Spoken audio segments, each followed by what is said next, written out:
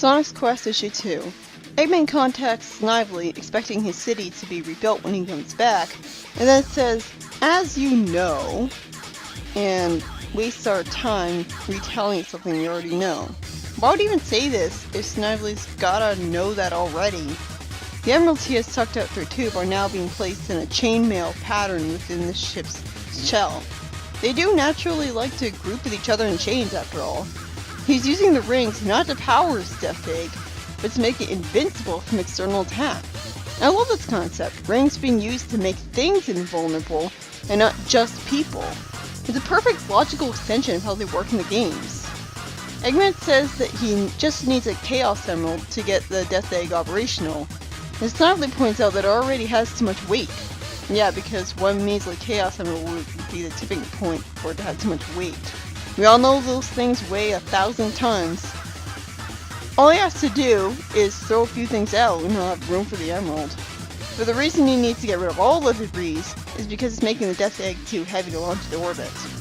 Meanwhile, in the excess trash compartment, Tails gets a really clever idea to disguise himself as a SWAT bot by using the broken remains of that robot Eggman wasted by killing it. So I like that. It's like karmic comeuppance for him making that mistake. He says he can jam himself into the husk of the robot and spy on Eggman that way, while working it like a puppet from the inside. I don't understand why just because the robot was broken, all of its internal components have been removed. You know, which has to have happened for Tails to be able to fit inside there and comfortably walk around. Tails decides to send the first SWAT bot he sees down with the excess trash, probably just because he hates SWAT bots and wants to get rid of as many as possible. And they all look the same, so it's not like they'll be missed and cause suspicion. I wonder how nobody's noticed that the top of Tails' disguise is cracked. You know, the same way as the robot Eggman broke. I guess he's too tall for Eggman to see the crack on the monitor. And since SWAT bots have been known to speak informally earlier in the comic, it makes sense that him not saying affirmative right away would not give himself away. But I have to wonder how people didn't recognize that a little kid's voice was coming from the robot. Did he know how to work the voice box in the husk too, where he can't see where it is? Sure is lucky that it wasn't broken by Eggman. After Eggman tells the disguised Tails to report to his bridge, it's revealed that Sonic was only pretending to be unconscious to trick the robot bird, and he immediately frees himself with a Sonic spin once he's brought to the Death Egg, making up for him being easily defeated last time. He magically keeps himself in the air using his super peel out. Wow, they've just been making up crazy uses for this thing. That's almost even worse than forgetting it exists and never using it again. He uses it so that he can attack the bird robot, and when he gets knocked out of the sky, he uses a badnik bounce that looks wrong because he's not in ball form to launch himself and propel himself along the side of the fallen trash. Of course, the minute Sonic thinks to try to contact Sally and let her know what's going on, something magically jams his communicator and the signal won't go through. Meanwhile, Nicole is for once not a Deus Ex Machina, as she logically can't figure out how to cure King Acorn. Good, that keeps attention. Rotor says that while Antoine and Bunny have just recovered from a slightly humorous situation where they got lost until Bunny took the map away from him, Tails' and Sonic's check-in reports are long overdue with no response on either of their communicators. For once, Sally actually reacts to her terrible situation realistically by breaking down crying in Rotor's arms, saying that the stress of everything they work for is coming apart is getting to her. That's another thing that's interesting about her character. She tries to look like she's 100% strong all the time, but even she has human moments and limits, where she has a sympathetic and relatable reaction to a ridiculous amount of stress. That can be the natural result of bottling up all your stress and worry until it just explodes out of you, and that's not the only time this is gonna happen.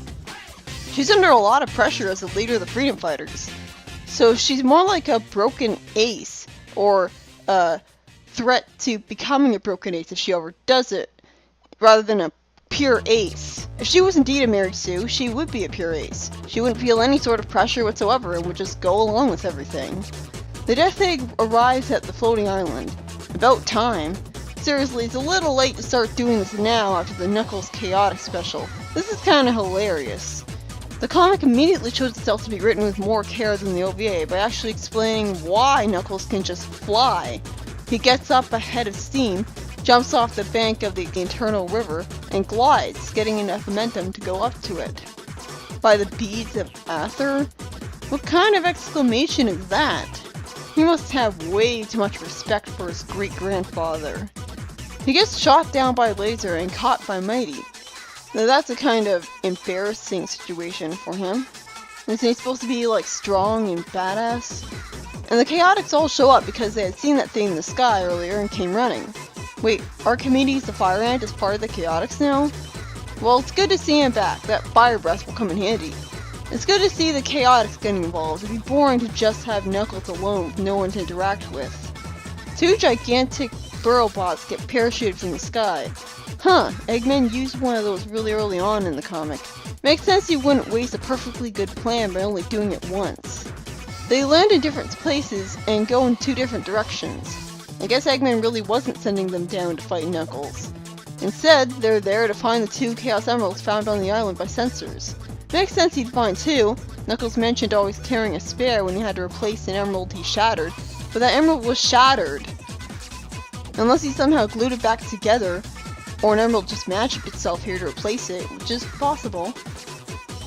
After Knuckles tells the Chaotix to fight the 2 Burrow Bots, which are now really close together for some reason, even though they were sent to be far away from each other, we finally cut back to Sonic in a story called Sonic's Quest. This is pretty sad. You'd think the main character would get a miniseries to himself. But he is the main character, so I guess they thought he didn't need it. Sonic had been going through the Death Egg, leaving a trail of destroyed swap bots in his path, and finds the control room of Eggman's.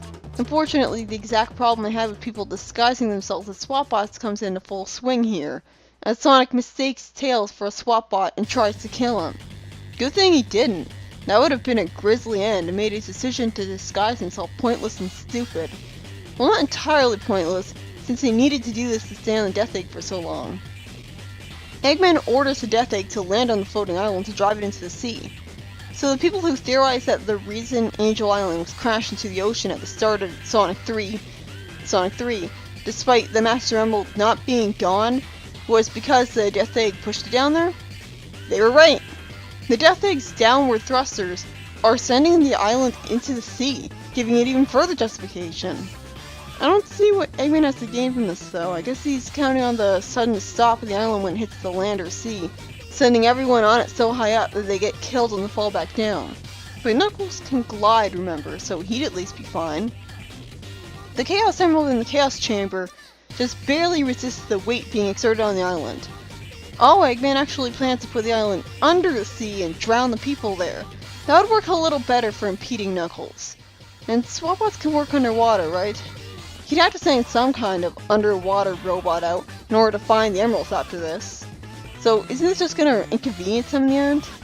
Knuckles gives out an interesting tidbit that the emerald instinctively distributes its energy equally, but Robotnik's applying all the pressure at the south end, which is the reason why the island is still going down despite the emerald having infinite power. Except if it has that much power, every part of the island should still get a huge amount of power anyways, even if the south end is being pushed the most, so that shouldn't be a problem.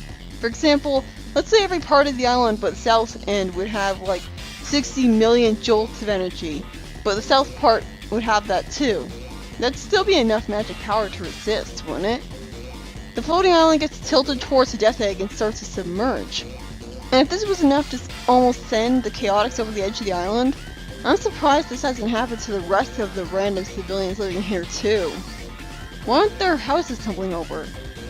Frustratingly, the story ends just before I could see how Tails would get out of his perilous situation. I liked the situation the story had where the Death Egg was sending the island into the sea. It's a nice subversion of my expectations, as I thought it was just going to stay up in space, and then Sonic would stop it, and then I thought it would just land on the island, and they'd all stop it, going through the zones in the meantime. And I liked that Knuckles and the Chaotix pulled in to help, but I feel like the story put too little emphasis on Sonic for a story called Sonic's Quest. Although the story wouldn't have been nearly as interesting if it just focused on Sonic running through the Death Eggs, destroying Swapbots the entire time. So ultimately, the focus on other characters was for the best.